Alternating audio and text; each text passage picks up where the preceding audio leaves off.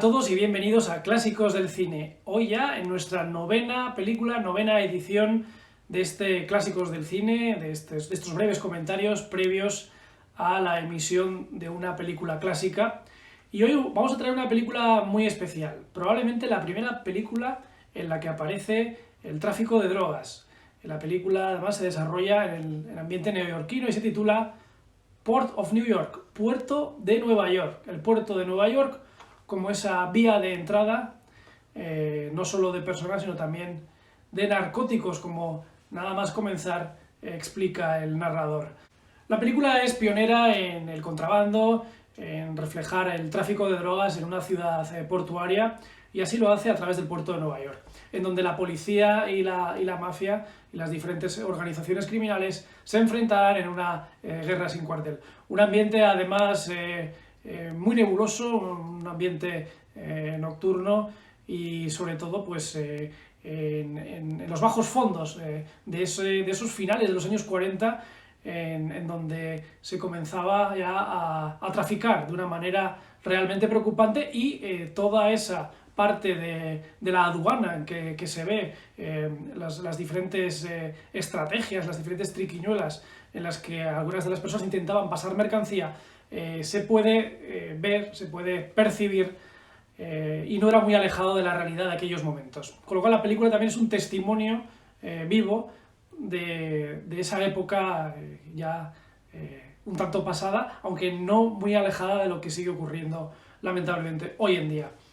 El atractivo de la película sin duda alguna es su actor, la primera película de un actor que yo especialmente le tengo mucho cariño, que es Yul Brynner. Yul Brynner es un actor al que, como digo, tengo especial predilección, y tal fue así que en mi libro Misterios de Cine incluso narro una de esas aventuras que me llevó a buscar su tumba, a encontrarla, y cuento, que no fue nada fácil, cómo cerca de Richelieu, en la campiña francesa, tengo un encuentro en una abadía ortodoxa con unas religiosas y cómo me hacen llegar hasta la propia tumba del gran Yul Brynner, en la cual deposité su sombrero, el sombrero negro de Chris Adams en Los Siete Magníficos. Aquel imborrable personaje del protagonista de Los Siete Magníficos, el gran Yul Brynner, que aquí lo veremos con pelo, no era frecuente verlo con pelo, es probablemente el calvo más famoso de la historia del cine, hizo de su físico pues todo una seña de identidad que además pues le llevó a interpretar diferentes personajes históricos, personajes exóticos, todo tipo de papeles en los que el gran Yul Brynner intervino. Además he encontrado dentro de mi colección una fotografía de Salomón y la reina de Saba, en donde también aparece, es de las pocas películas que aparece con pelo, con cabello, y hoy vamos a verle con ese pelo. Aquí tengo, la voy a enseñar a cámara, junto a Gina Loyo Brígida, Salomón y la reina de Saba, de 1959. A ver si se ve bien a cámara, vamos a enseñarlo, ahí está. No es habitual verlo con pelo. Bueno, pues una fotografía que pertenece a mi colección, que guardo con celo, sobre actores y actrices, sobre todo de los años 40, 50. Así que nada, vamos a ver esa película ya, Puerto de Nueva York, 1949, película dirigida por el director húngaro László Benedek. Interesante, el repaso por su filmografía, destacables por ejemplo La muerte de un viajante o la película El vigilante nocturno, una película del año 1971 también muy interesante. Este director que aquí nos transporta a ese Nueva York de finales de los años 40, en donde la mafia, la policía, tiene un enfrentamiento no solo soterrado, sino también frontal. La película Port of New York de 1949. Espero que os guste.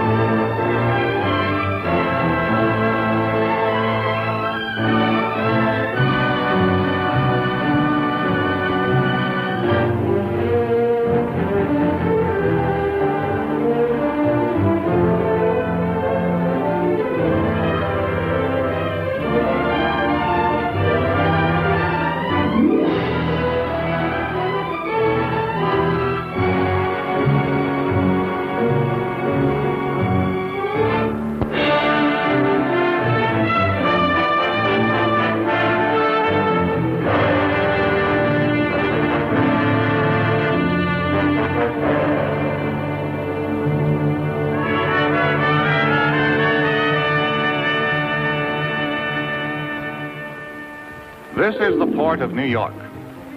To the traveler, it's a familiar, ever-impressive skyline. To the newcomer, it's a symbol of hope. To the merchant, it's the biggest, busiest seaport in the world. But to others, it's a battleground. And a battle is constantly waged against illicit traffic in contraband and against the unknown forces who deal in the most dangerous of all contraband, narcotics. On the front line in this battle is the Bureau of Customs of the United States Treasury Department. Part of its job is to check every piece of incoming baggage to see that no contraband is smuggled through. There are lots of tricks in the smuggling racket. The customs men are trained to know them all. The new ones, the old ones, and a few more. Yet, despite the vigilance of these men, the flow of narcotics into the United States has never been completely checked. Government reports are full of case histories on the battle against illicit traffic in narcotics. One of the most dramatic was the one known simply as the Florentine case. The SS Florentine was approaching the port of New York on the night of June 22nd. She was a few miles out of the harbor. At 3:30 in the morning, one of the passengers appeared on B deck. Her name was Tony Cardell.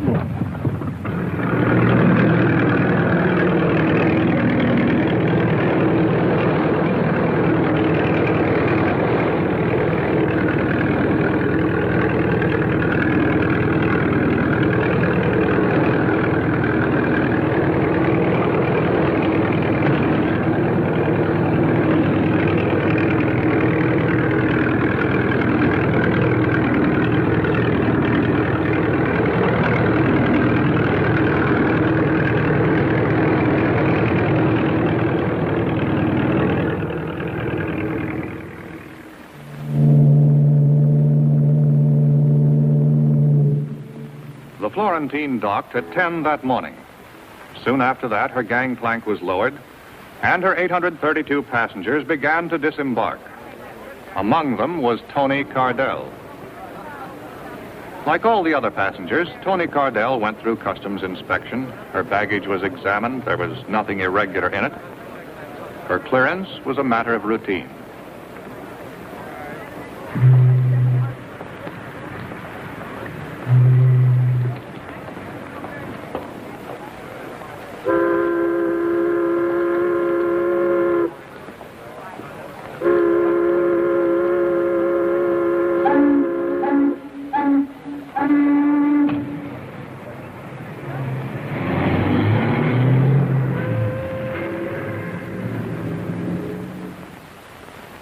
can't understand it, Paul.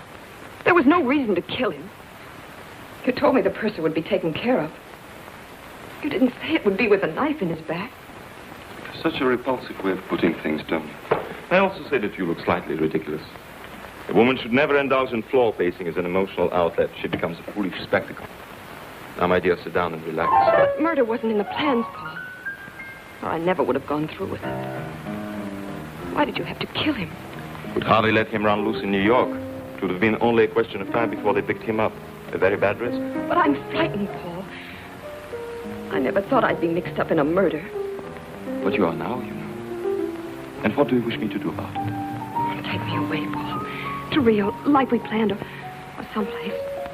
Any place, just for a while, till this quiets down. That, my dear, is quite impossible. Paul, what's happened? You're not yourself. What is it? What's wrong? Darling, don't treat me like this. I've done what you wanted. Why are you acting like this? Please, darling. You must not become a nuisance.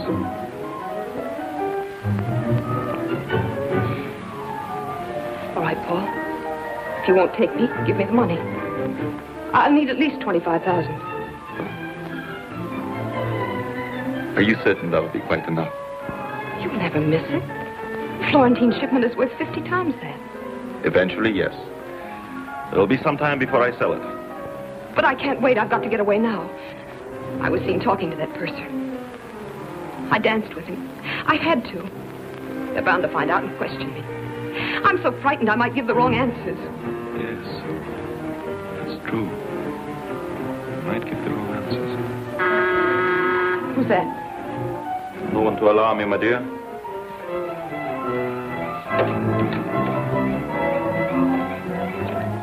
I put the stuff in Penn Station. It'll be picked up tonight. All right. Wait in the other room. Here's the 25 grand Stasser collected from Carnegie. All for the moment, Lenny.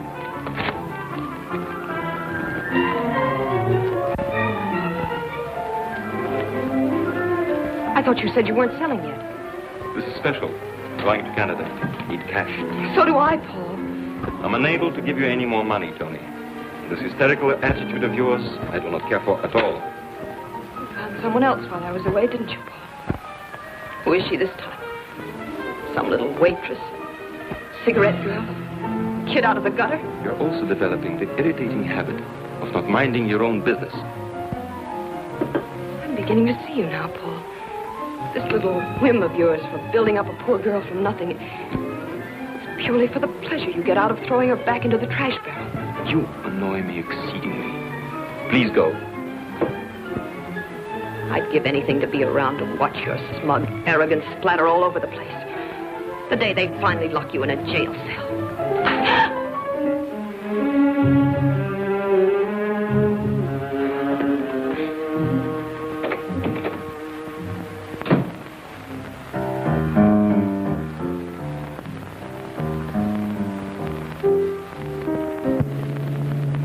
Shortly after all her passengers had been discharged, the Florentine's cargo was unloaded. One of the items was a legitimate shipment of raw narcotics consigned to the Dale Chemical Company of New Jersey for processing for medical use. It was a bonded shipment and would have remained unopened in customs for several weeks had an alert inspector not found a discrepancy between the actual weight and the declared weight of the shipment. The inspector immediately ordered the box to be opened, and instead of the consignment of narcotics vitally needed by hospitals and doctors, it was found to contain nothing but sand. The all-out alarm was sounded. The searching squad of the enforcement unit arrived immediately from customs headquarters, prepared to go over every inch of the vessel for the missing narcotics shipment. The inspector in charge conferred with the Florentine's captain, while the searching squad combed the entire ship, covering it from stem to stern, from keel to crow's nest.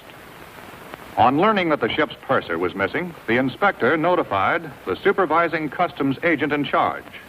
Within a matter of minutes, Agent Michael Waters was assigned to the case and on his way. Waters' first job was to gather all available information aboard the Florentine. Interviewing a ship's officer, he learned that the missing purser knew the combination of the vault where the narcotics were kept. Further suspicion was thrown on him when it was discovered his personal papers were gone. Upon learning that one of the Florentine's life rafts was missing, Agent Waters requested an immediate search of the harbor. Another arm of the Treasury Department went into action. The Coast Guard sent out its cutters. A tremendous area of the port and its approaches had to be covered before the search ended. With the indication that the stolen narcotic shipment had now reached the shores of the United States, the Florentine case took on added significance. And now still another branch of the United States Treasury threw its forces into the battle. The Florentine case became a joint operation of the Customs Bureau and the Bureau of Narcotics.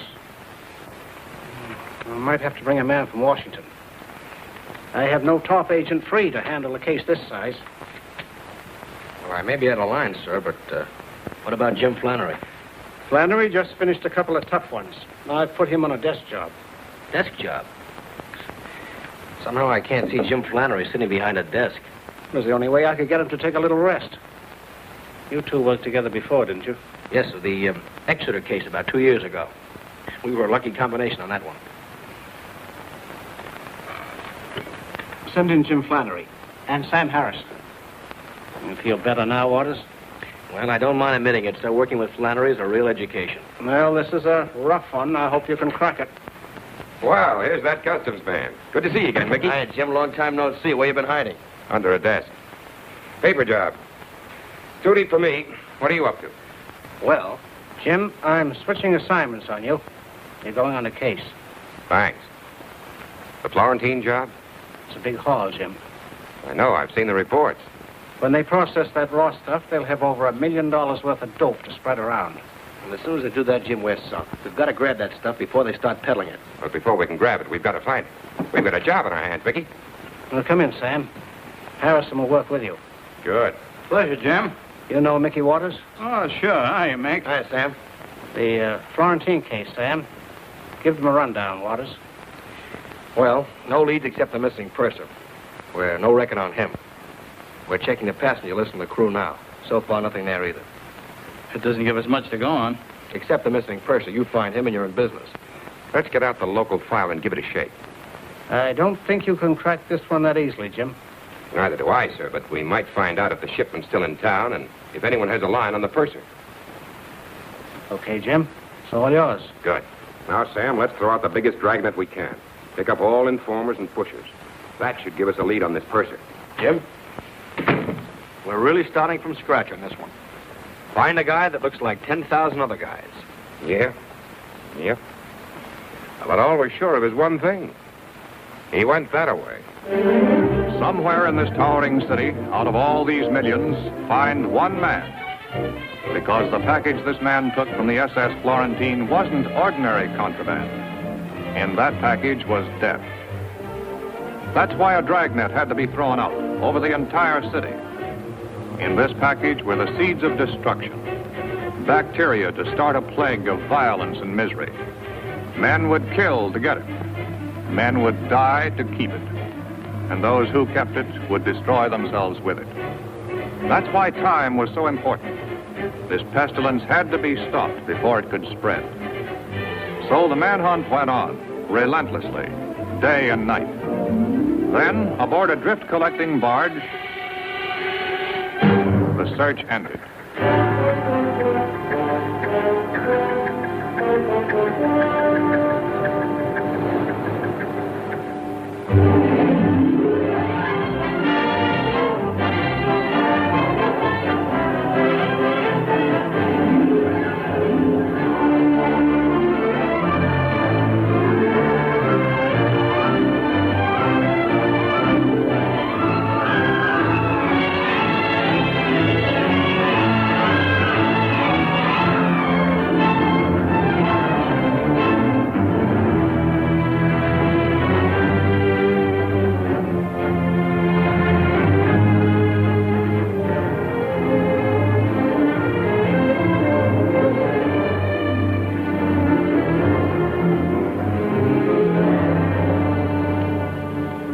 Here's the passenger list, Jim. Hundreds of them, and hundreds in the crew.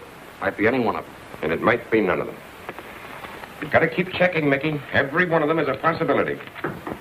Come in.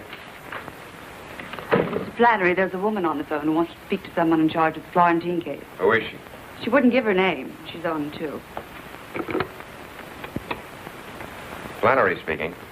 I understand you wanted to talk to me. How much do you pay for information on narcotic cases? Well, that depends. What did you have in mind? It's about a shipment of sand.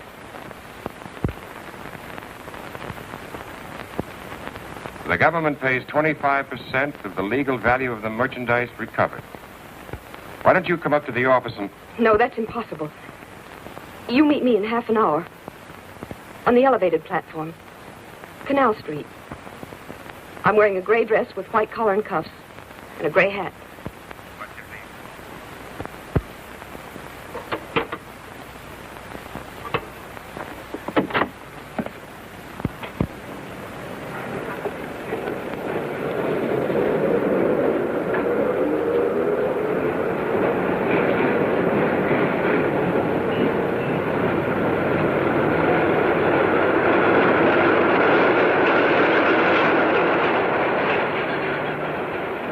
Nice outfit.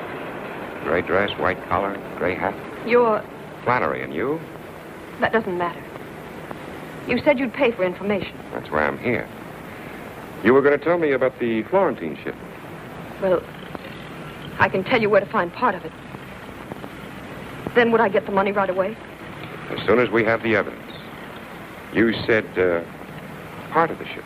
Well, I don't know where the rest of it is. But I can help you there, too.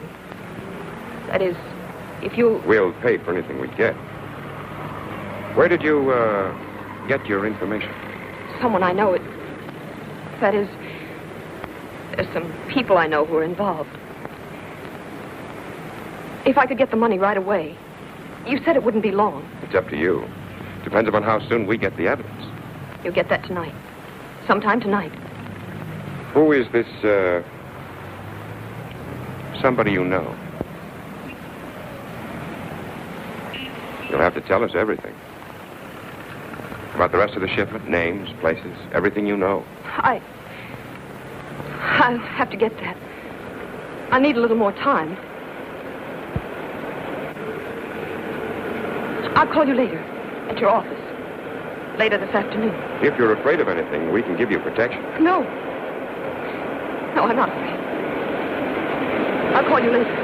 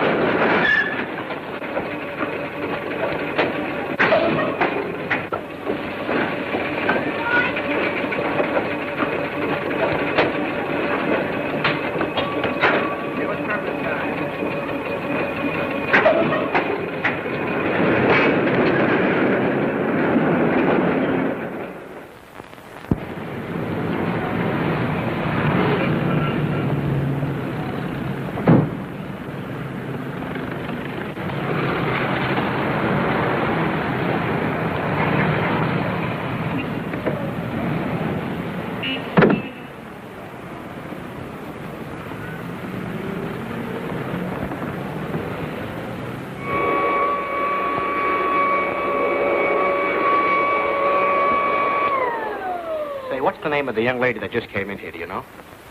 No, aren't you ashamed of yourself? A young fella like you should be working, not loafing. Well, I tell you, Pop, I will be working as soon as I find out who she is. Now, look, it means a lot to me. Well, now, since you put it that way, her name is Tony Cardell, apartment 5A. When I was your age, I'd have found out for nothing.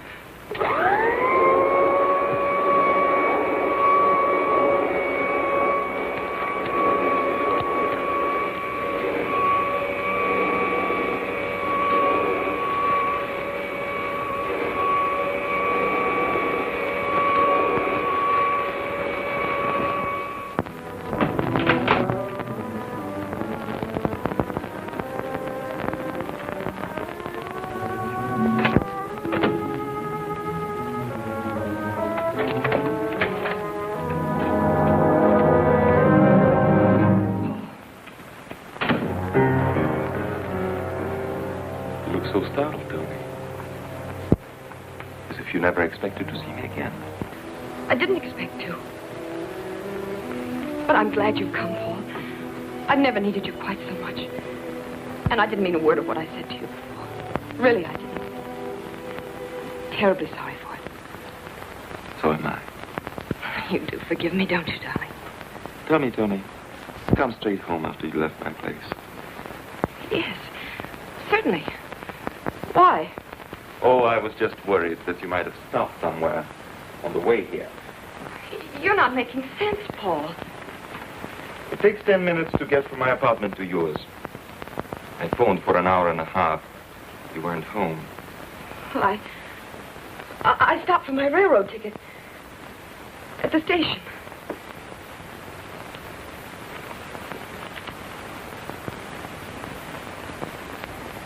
And you lost the ticket on the way home. No, I didn't get it. You have been most ungrateful, Tony.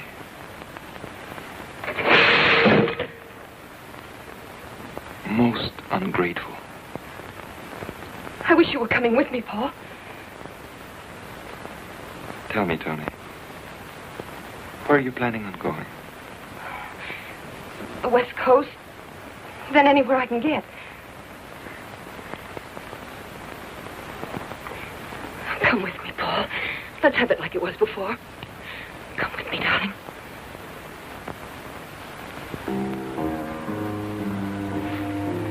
I'm afraid I can't come with you, Tony. But I shall miss you.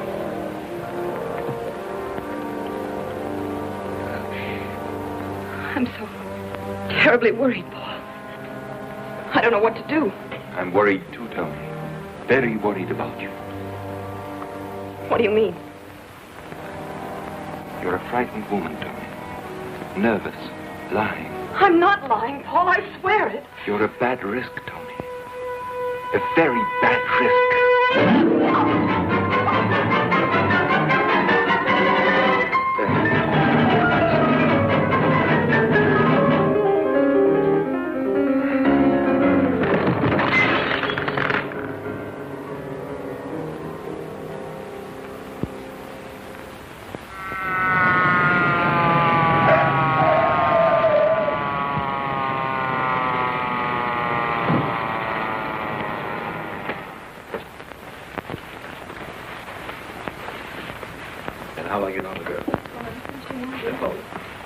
Flannery, Treasury Department, narcotics. Waters, Customs. I'm Devers, homicide. That's the lady, all right. Your man tells me you've had her under surveillance. That's right. I relieved Mickey at 1, Jim. People have been walking in and out of the building until the squad cars came. Anybody's guess is good. Who found her? The maid, when she came in to clean at 2 o'clock. Well, if she can't be dead for over 2 hours, I'd tail her to the building at noon. Dead about an hour and a half, Ed. Apparently strangulation. But no finger, rope, or wire marks. Your boys find anything like a parcel of narcotics? No. He's been tearing the place to pieces looking for it. There's no junk here, Jim. Maybe your friends carted it off after they stopped the lady's breathing. Hey, Jim. Well, here's her passport. All right, you can chalk this one up to me. We had no reason to hold her. Take it, Gary. Hello? No, who's calling? Penn Railroad reservations. Find out what it's about. I'll take the message. 6 o'clock? Hold on a minute. We have a reservation for Cardell on the 6 o'clock train. Let me talk. This is a police investigation. Where was Miss Cardell going? I see. Thanks. You can cancel the reservation. She called up a couple of hours ago for a reservation on the 6 o'clock limited. Connecting with the Santa Fe in Chicago for Los Angeles. She could have blown town a lot sooner than that if she was running out on our date with you. I think she intended to keep it before she got on the train. Sam, you stick here. Give the lieutenant our story on the girl. See what his boys dig up. All right. Mickey and I are going to Penn Station. Strictly off lunch. Attention, please. Train number 9, the Governor, for Newark, Philadelphia, Baltimore, and Washington will be leaving from gate number 7. Tony Cardell would not be keeping her date with Agent Flannery. Now it was up to Flannery and Waters to determine what she would have done, what plans she might have had. There were no narcotics in her apartment, yet she had promised to deliver the evidence by 6 o'clock. If she had planned to pick it up on the way, then death had cut off the trail. If it was already here in Penn Station, then Flannery and Waters had to find it.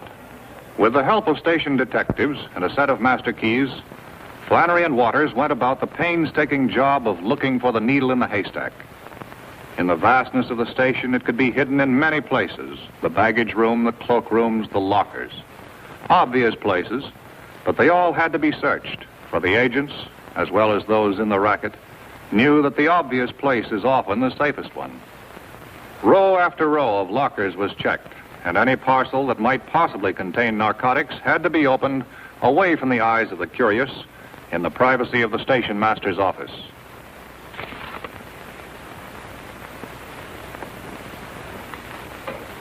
This is it.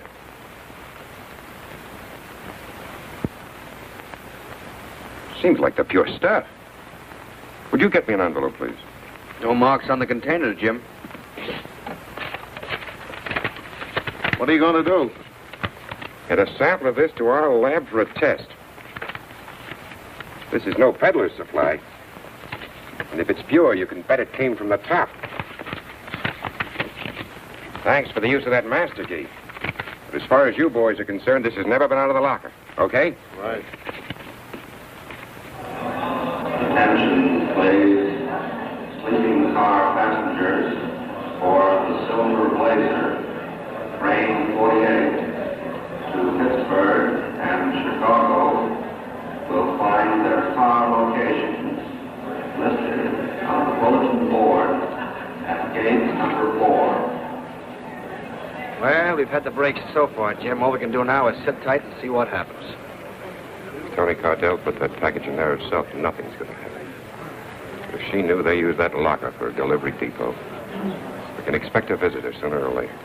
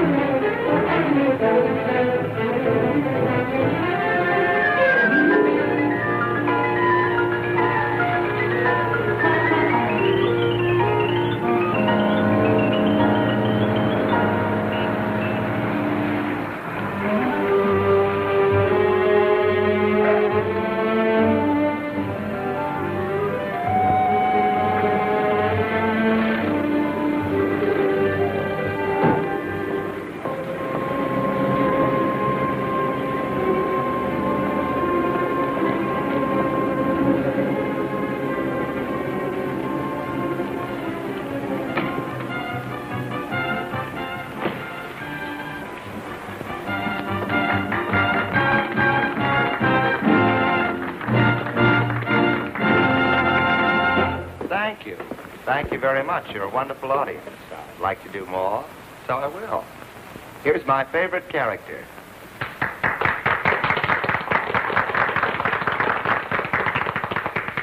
I'm Captain Bligh, and I'm on the bounty. Mr. Christian. Mr. Christian. Mr. Christian, come here. Who's up there in the crow's nest making that vile ticking sound? Come down, I say, or I'll hang you on the highest yardarm of the English Navy.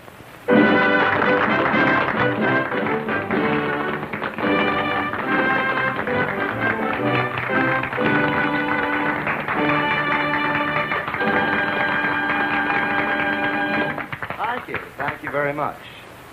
At this time, it gives me a great deal of pleasure to present our 3 Brazilian lovelies. Come on, folks, let's bring them out nicely. What do you think? About time. Gee, Dolly, you were terrific tonight. I'm terrific every night. Come here, you. Excuse me, I have private business. What did you do? Push the package over with your nose? You've been over an hour. What are you beefing about? You didn't say rush.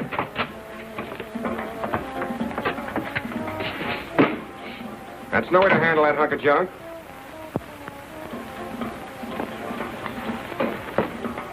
Who are you guys? You ain't local. Federal pinch buster. Dolly, what's happened? What are they doing? Who are you? Little Red Riding Hood. We're not playing games here. All right. I'm Lily Long. I'm a dancer here. You the girlfriend? That's what you think. I'm a good friend of his, that's all. Well, you better get some more clothes on, friend. You're going along, too. Oh, look, mister. This kid doesn't know anything about this. She's only here in the floor show. She doesn't know anything about it. We'll see. Who asked you to pick up the package? Him. The order says, come here, see a Dolly Carney. Dolly's him. He give me a key, says, get a package out of locker at 10. Was the girl in the room then? Nah, only the character. What's in there? Stolen jewels? Sit down, Sonny. We'll send somebody back and pick you up. Dolly, don't stand for this. They can't push you around. Stay out of this, Lil. Look, she's not in this, believe me. I don't want to drag her into this. All right. We're not going to hold Miss Long. Thanks. But we may want to talk to you tomorrow, so don't plan any trips. All right. Key to room 1017, Coronet Apartment, Sports. You live there, Connie? You guys are trying to frame me. I'm not in this business anymore. I was only doing a guy a favor. A guy I don't even know. You better get another story, Connie. This one sort of needs crutches.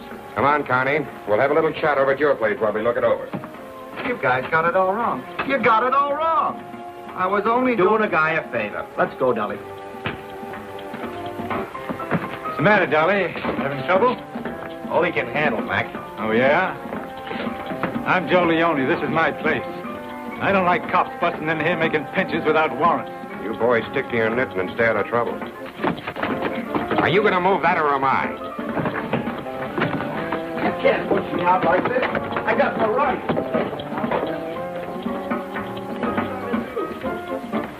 Joey, how can we help him? What can we do? Oh, I don't know. I'm keeping out of this or I won't have any club left. We gotta do something about it. Well, if you want to help him, he gave me a telephone number.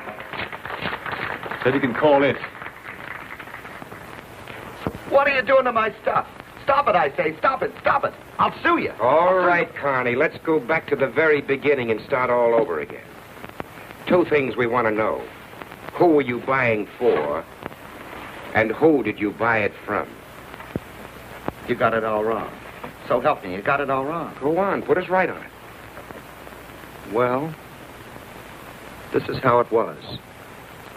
A guy came down from Canada. He wanted a big load of pure junk. Let's get the small details. What's the guy's name? All right. Why should I cover for the schnook? Name's Jerems, at the Chevy Chase Hotel. You're getting better. Have a cigarette. Go on, Connie. I'm interested. I told him I wasn't operating anymore. If I heard of anything, I'd let him know. And you heard of something? Just by accident. I happened to run into a guy I knew a long time ago. He told me he had 25 ounces of pure. And he wanted to sell for 25 G's. What's this guy's name? I don't know. I don't know, so help me. A lot of peddlers, you never know their name. Where did you happen to run into him? Last Wednesday, Lil and I went to the ball game.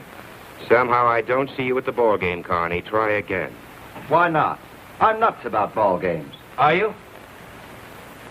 How about boat shows, Connie? 2 tickets to the boat show, Grand Central Palace, last Wednesday. Bad habit, Connie, saving stubs. So what?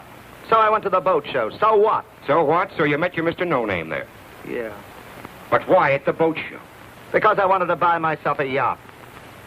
Noble ambition, Carney. All right, Connie, move the lot. But getting back to this Mr. No-Name, what does he look like? Like a lot of guys. Tall, thin. Where can we dark. find him? I don't know. I haven't seen him in years. 3-4 years. I haven't, so help me. There's nothing else here, Jim. The place is clean. What did you have to last at my place for? I ought to sue you. Let's go downtown, Carney. Maybe you can remember your pal from the boat show on the way.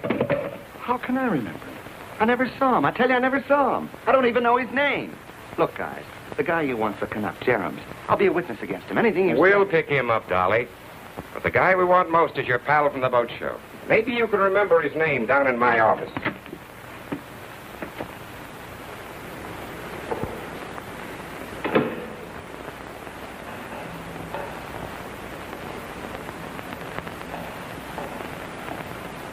Billy Long? Yes. I'm Stasser. I called because Joey said you could help. Maybe I can. How much do you know about this? Only what I told you on the phone. When the messenger came with the package, they followed him. Then they grabbed Dolly. That's all? That's all. We gotta get Dolly out.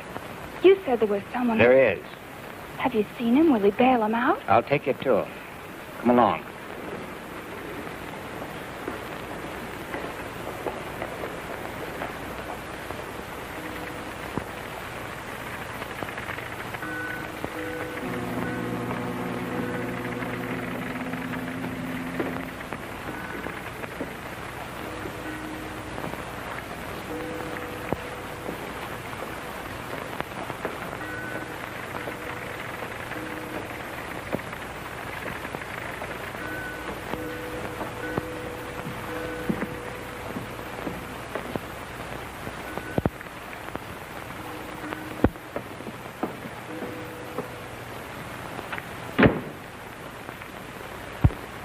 Brought her? She's out there. I don't like this. She's mixed up with Carney. I don't trust her. What are you suggesting, Leo? We don't know what Carney told her. She's dangerous. You will please allow me to make that decision.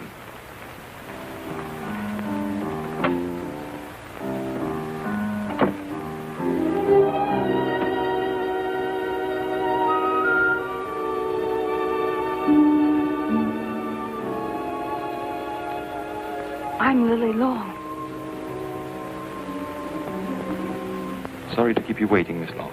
That's all right. When I made that phone call, I didn't know about you. I didn't realize Dolly had friends like this. I understand you are quite close, you and Mr. Carney. No, he's just a good friend of mine. He got me my job at the club, and you will do something to help him, won't you? I shall certainly do everything that is necessary. Now let me pour you a drink while you tell me about yourself and our good friend Carney. Well, I wanted to help him because it wasn't Dolly's fault. You see, he was just trying to do somebody a favor. He was doing it for someone else. Someone else?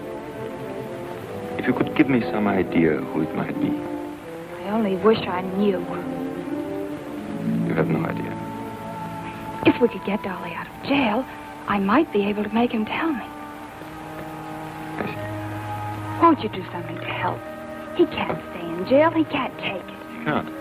No, he... Don't you see he's not strong? They keep him there, he'll go to pieces. It would be a pity. Will you do something? Are you going to help him? Don't worry, my dear. Don't worry.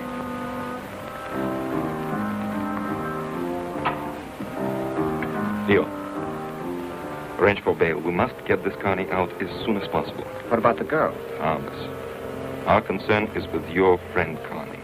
Your choice of associates, Leo, is surprisingly poor. In future, for your own safety, I advise you to be more careful.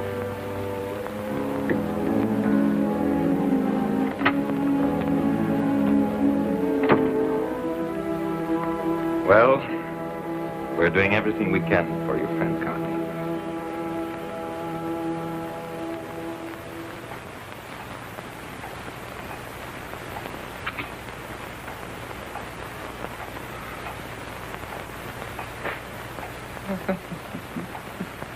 Get out of here.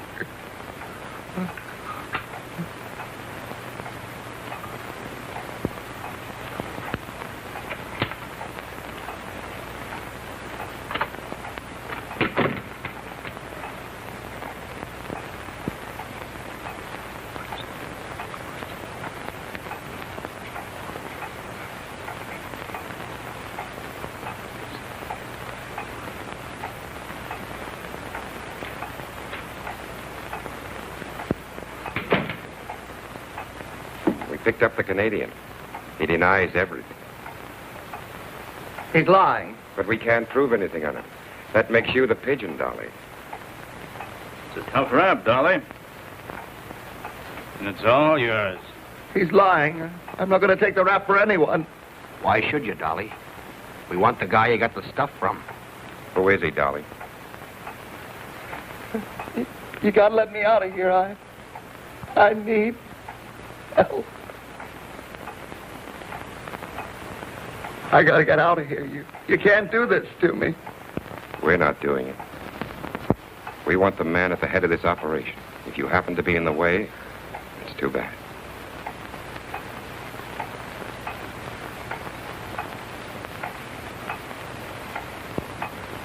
We're waiting for you to give, Dolly.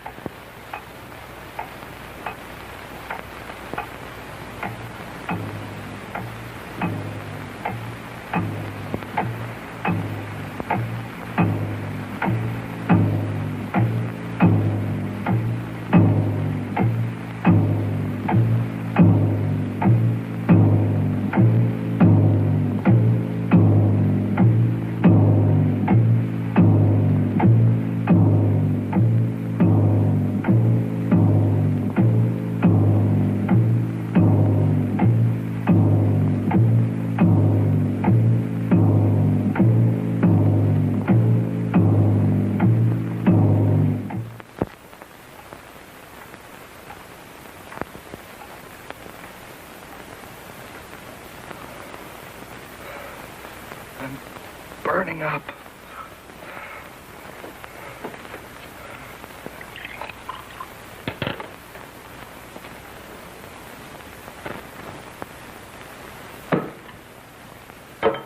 Doesn't help.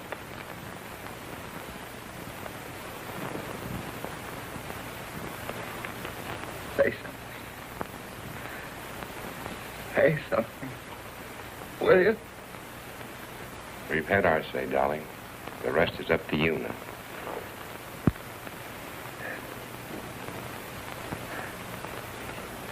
Stasser. What? Leo Stasser is what I got it from. Where is this Stasser? He's got a boat work. Harbor Point. Gotta give me a break. You gotta take care of me. Sam, get the doctor. Take care of him. While we're waiting for the doc, go on with that story. Where's the boat place?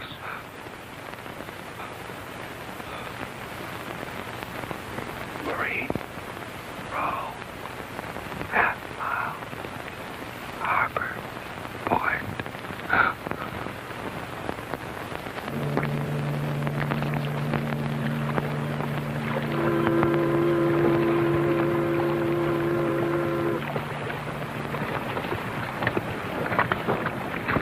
That's no cheesecloth establishment. If that's a front, these boys operate on a large scale. And let's Connie pull that Stasser character out of her hat. That's what we've got to find out, and fast. Let's move in a little closer.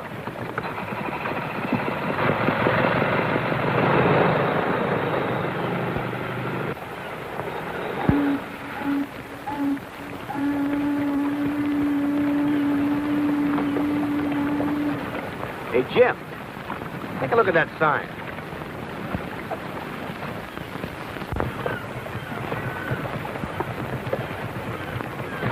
Looks like this tub's gonna need a few quick repairs. Look, I run her in there, stick around, and work on her a while. Forget it, Mickey. It's not that simple. It's a cinch, Jim. If that stuff's still in there, we gotta find out while it's still around. I can't let you risk your neck. You've never done any undercover work. I've learned a few tricks from the old professor. You better let me tackle this. Do you know anything about boats? Front from the rear. Yeah, you'd be great. Come on, I'll run you in. All right, Mickey.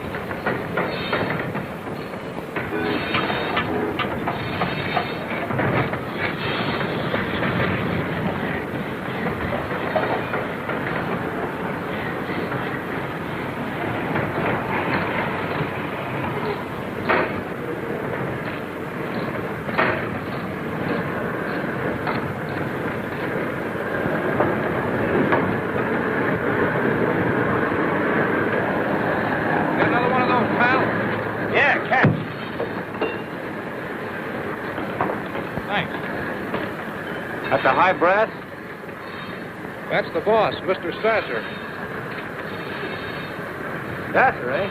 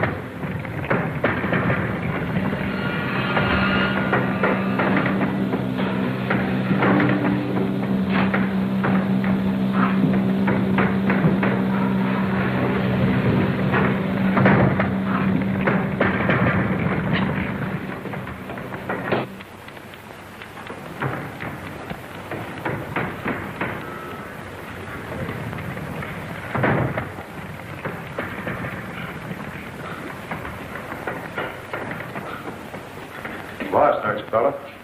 Oh, yeah, I guess I am. Just looking for the drinking fountain. Look again. It's outside and down below. Oh, thank you.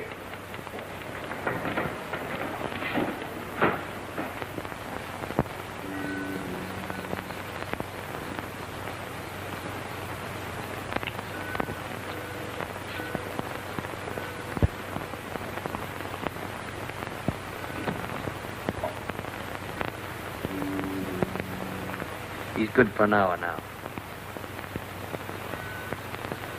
Let's go.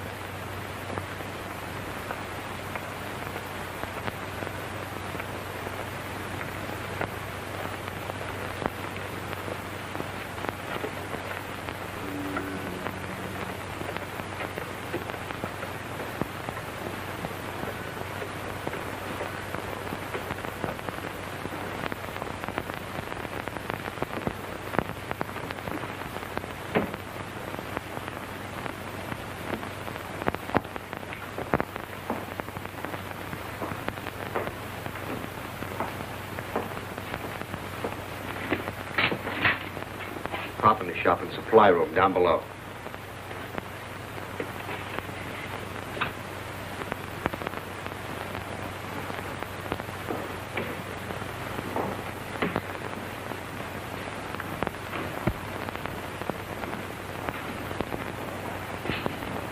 as far as I got when Laughing Boy caught up with me.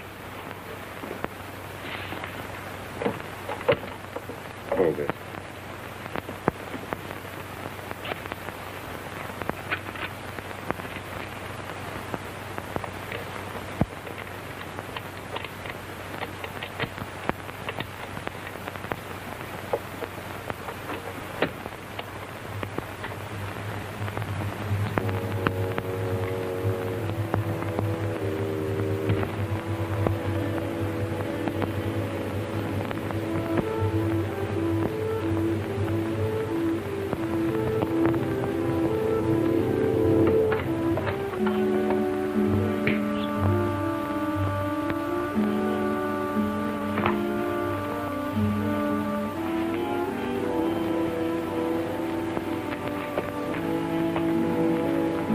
Here it is.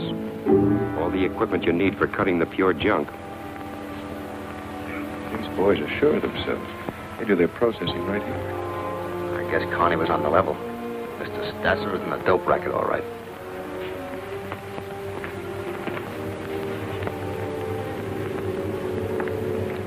Jim. Listen, I'll check around downstairs. You cover the office here. Right.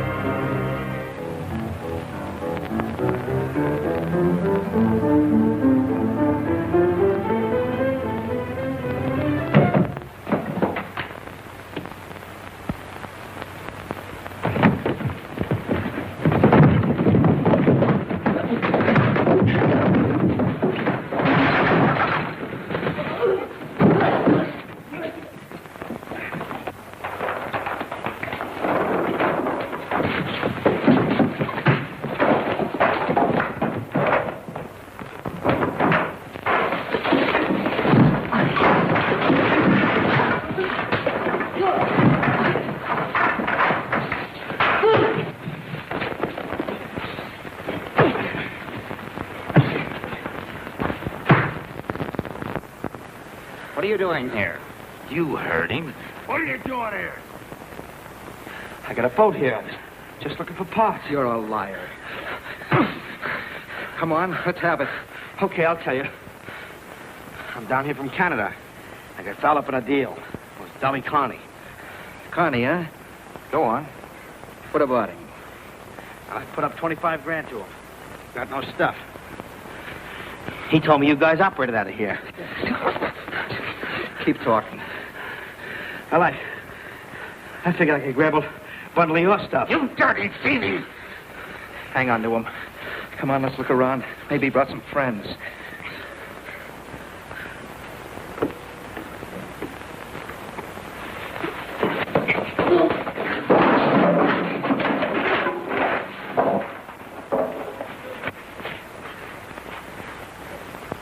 We'll finish this outside. Get going. We're taking him to the boss. This guy might want to talk some more. Sure, take me to the boss. He's just the guy I want to see. I'll talk plenty. Okay, let's go.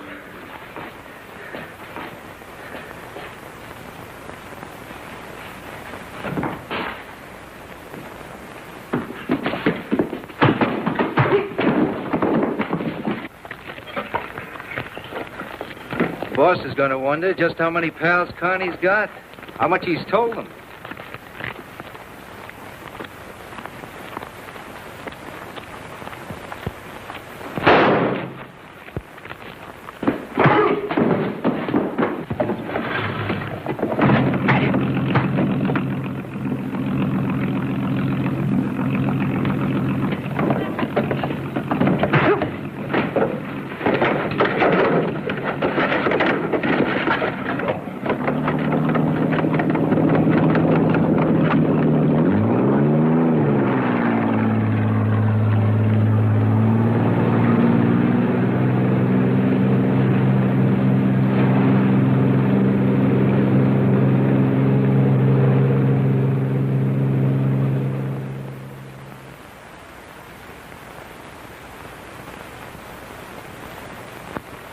These are all his things. Everything Mickey had on him. I'll have them taken over to his folks. I'll take them. I was going to drop out there later. Sure, Jim. I can have someone else. It's all right. I'll handle it. Not much to bring them, is there? That. 3 lines on page 27. Nothing about what kind of a guy he was. Not even his name. The case isn't closed, so he's an unidentified body. That's the way the road ends sometimes. It ends when we close this case. John, we've got to close this case. There's only one chance left. Wiley? It's a long shot, but I want you to let me take it. But Jim is too wild. No time for preparation. No cover story. We don't need a cover story. These people don't even know Wiley. I don't want 2 men killed on this case. For you to take this Wiley's place... We don't even know who sent him, Jim. Or how much he was supposed to buy. And we'll never know that from the outside.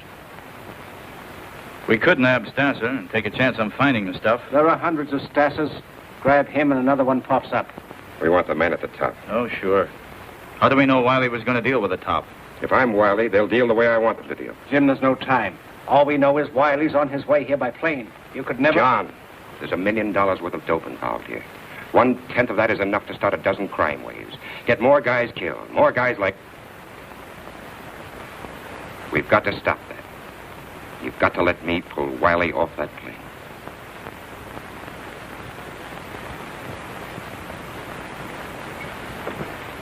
Get me Morrison in San Francisco. The San Francisco Bureau went into action.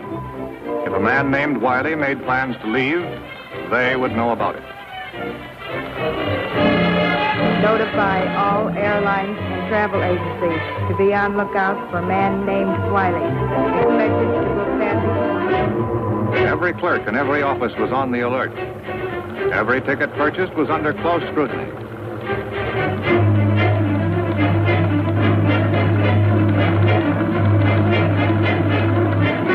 And finally, when a man named Wiley was ready for a trip to New York, Agent Carey of the San Francisco Bureau was ready to go along.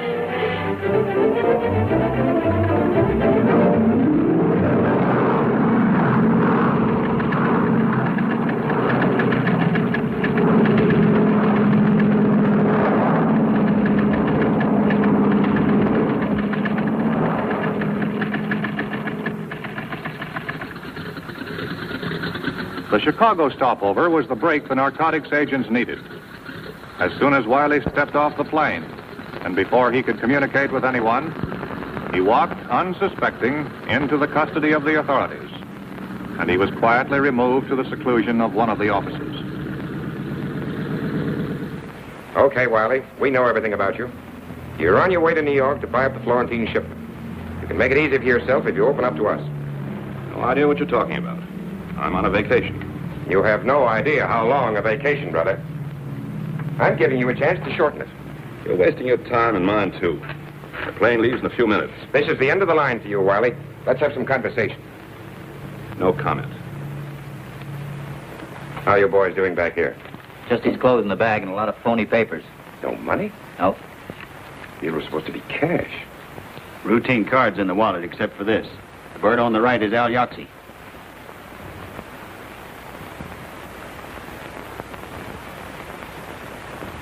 Have him booked incommunicado. Right. Terry and I are going downtown. We've got some business. Experience and skill of the department's technicians were brought into play. And within a very short while, Flannery had completed the first step in the process of becoming wily. In the few minutes at his disposal, Flannery had to be briefed on the record of Al Yoxie, big shot in a West Coast narcotics ring. But in spite of all their efforts, no lead, no clues, no information available on Wiley. To make his impersonation come off, Flannery would have to play for the breaks. It was going to take luck, and much more than that.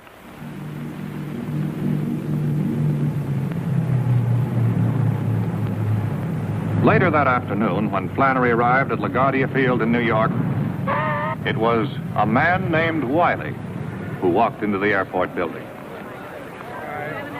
Associated Airways, Flight 219 for Chicago and Los Angeles, now leaving at Gate 5. All aboard, please. You have a message from Mr. Wiley?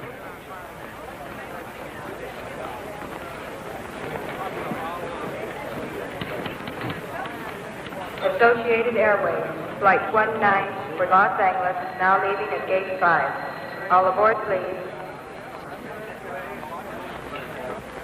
Passengers Rodley and Dickinson, please step to the Transnational Airline counter. Passengers Rodley and Dickinson, please.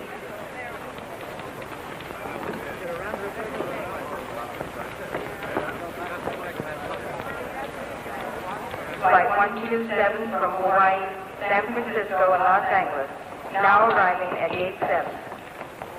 The men of the Bureau of Narcotics kept a watchful eye on Flannery and reported the success of his first contact with the gang.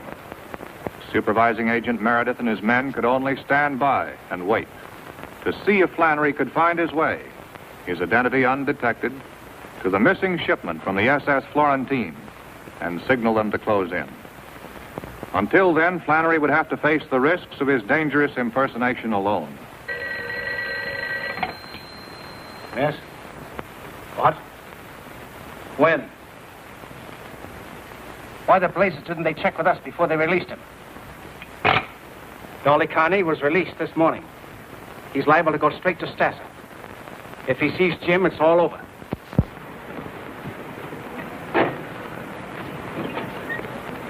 So help me, you guys are real pals, and you can tell whoever went Dolly Carney's bail that Dolly Carney won't forget it. They'll be glad to hear it. Thanks a lot for the lift. A lot of service. Where are you going? Up with you? What for? Got things to talk about. This little guy's really lost up my place.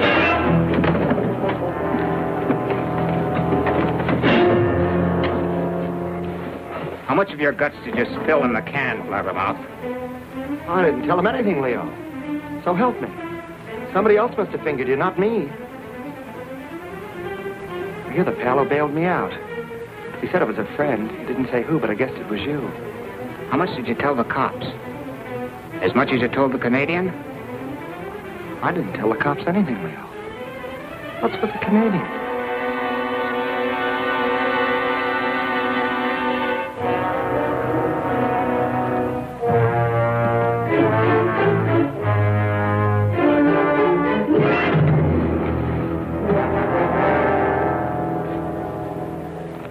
Leo. What are you going to do, Leo? What are you going to do? I didn't tell him anything, Leo. I didn't tell him anything.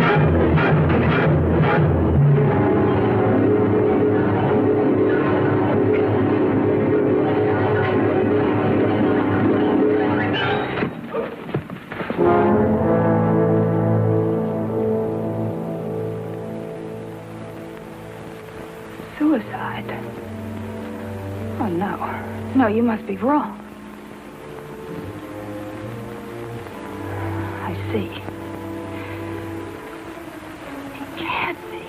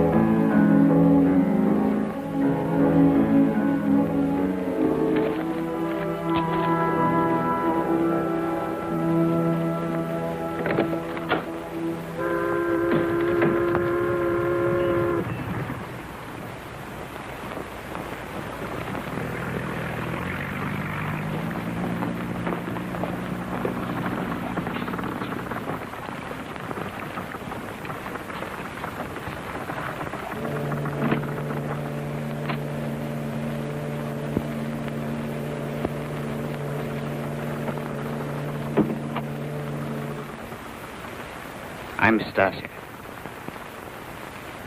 Glad to meet you. You're late. Sorry, I had some arrangements I had to make on the way. Missed my connection.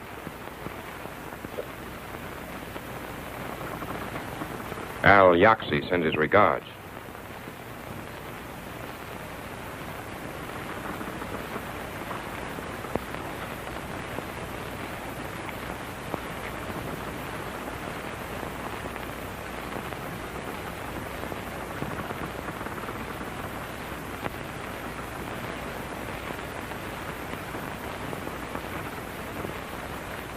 Sit down, Wiley.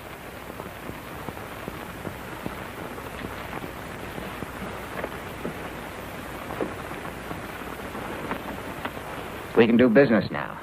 You brought the money. I haven't seen the merchandise.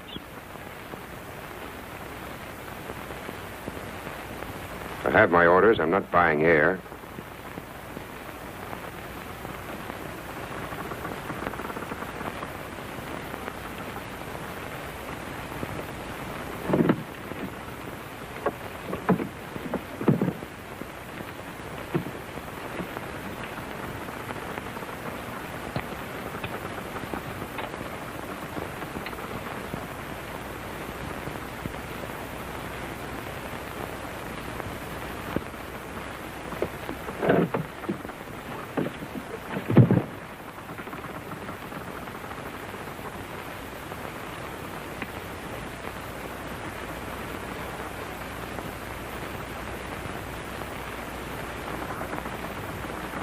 You're right. We can do business now. Sure we can, if we see the 200 grand. We'll take the money now, Wiley. I haven't got it. Where is it? I haven't got it with me. You think I'm that stupid? You think I want to wind up the way that purser did? It's a double cross. I'll take you to the money as soon as I see the head man. How do you know you're not talking to the head man? I only know what I've been told. Yaxi had nothing whatsoever about that in the letter. Not in the letter, naturally. I've got my orders. I deal with the top or I don't deal. Keep him here. Sit down.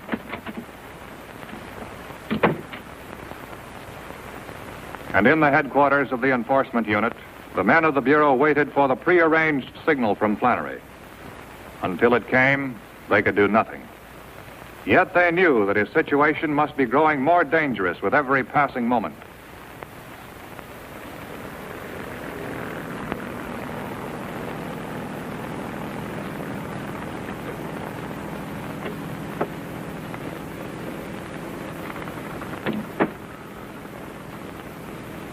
You're being very difficult, Mr. Wiley. Think I'd come here with 200 grand on me? A man could get hurt that way. A man can get hurt many ways. To be crude about it, you have seen the merchandise. I want to see the money. It'll be here in 15 minutes, after I make a phone call. A phone call? To whom? The money was sent to our contact in town. I'm to call him as soon as I'm satisfied that the deal's on the level. This wasn't mentioned to me. We're supposed to bring the cash with him. Would you have brought it? We'll play this your way for a while. But if this is a trick, you and your friends will regret it, Mr. Wiley. Where's the phone? On the dock. Just a minute. Ike? What number do you call?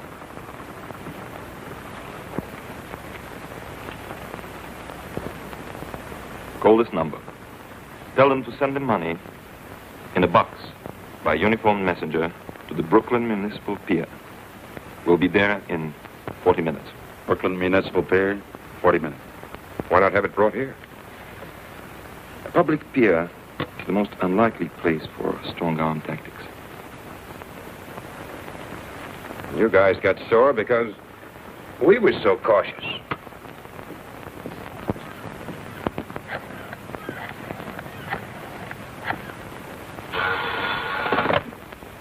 Yeah? Hello? I'm calling for Wiley. All right. Brooklyn Municipal Pier. Okay. Tell Wiley it'll be there.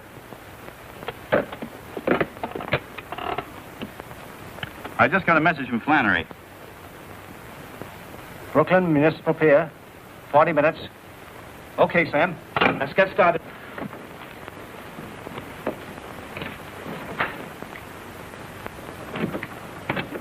The guy answered. Says the money will be there. We'll shove off immediately. Right away. Put the stuff in Mr. Wiley's bag. If everything goes well, we'll put you ashore at the pier. Somebody to see you.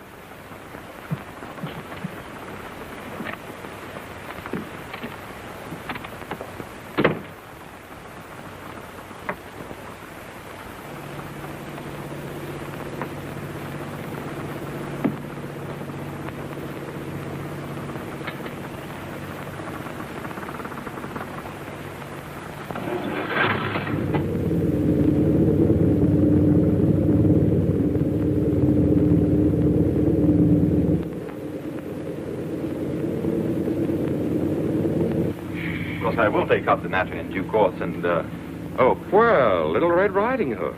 Hello. This is a pleasure. You two know each other? Yes, we met through a mutual friend. What are you doing here? Oh, I'm just a business associate. Mr. Wiley and I have a little business matter to discuss.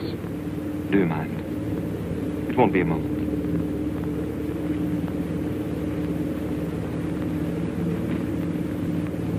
A lovely girl, our friend. Yes. Little Red Riding Hood. You seem to know her better than I do. I've known her a few months. I met her on my last trip in. A few months? You do have an advantage over me. You seem rather upset over seeing your friend, Mr. Wiley. It's only that I was so surprised. I can hardly blame you. He tells me he hasn't seen you in several years.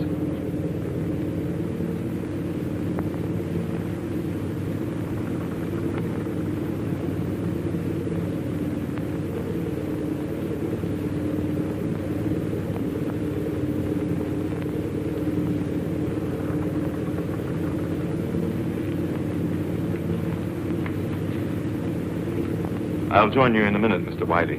Lenny, please prepare some drinks. When we reach the bay, head out for the open sea. Before we keep that appointment, there are a few matters to be straightened out. We should have been here by now. I think we're in for trouble. Let me have that phone. 23, over.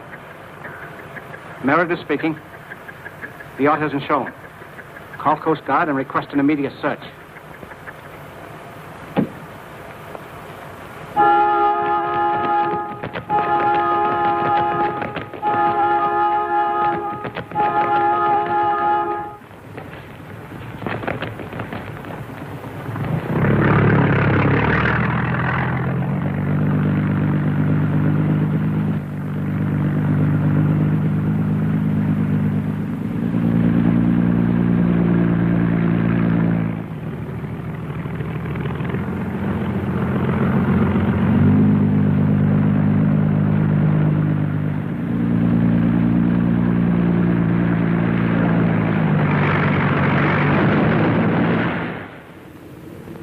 Interesting, isn't it? Now that we're all here together, that you two should have known each other before. Now tell me, when is it you said you met? Here's one maybe you can answer. We should have been at the pier by now. What's holding us up? You wouldn't be changing the subject, would you, Mr. Wiley? You said 40 minutes. What about it? Very good question. What about it?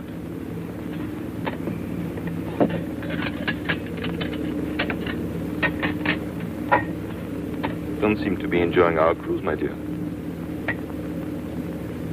Let Lenny pour you another drink. No. No, thanks.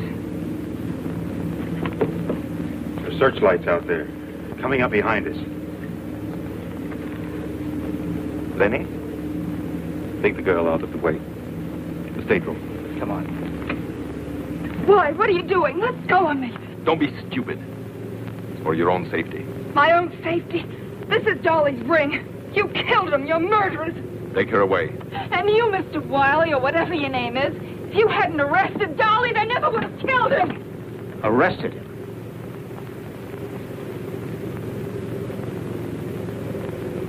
Hold him here. You and Lenny tie him up.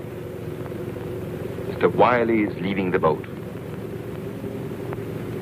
We shall miss him, as we shall miss this. Because we'll want things to be in order when our guests arrive.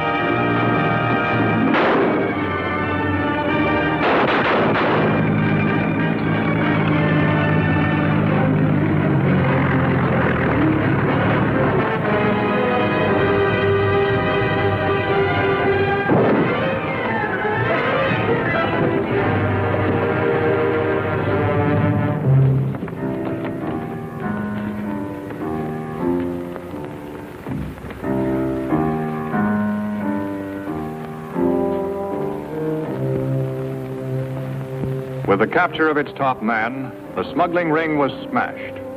The Florentine case was closed. There would be new problems, new assignments. The facts and figures of the case were filed away. But there are things that cannot be part of an official government report. Part of the story of the men who stand guard at America's front door, the Port of New York.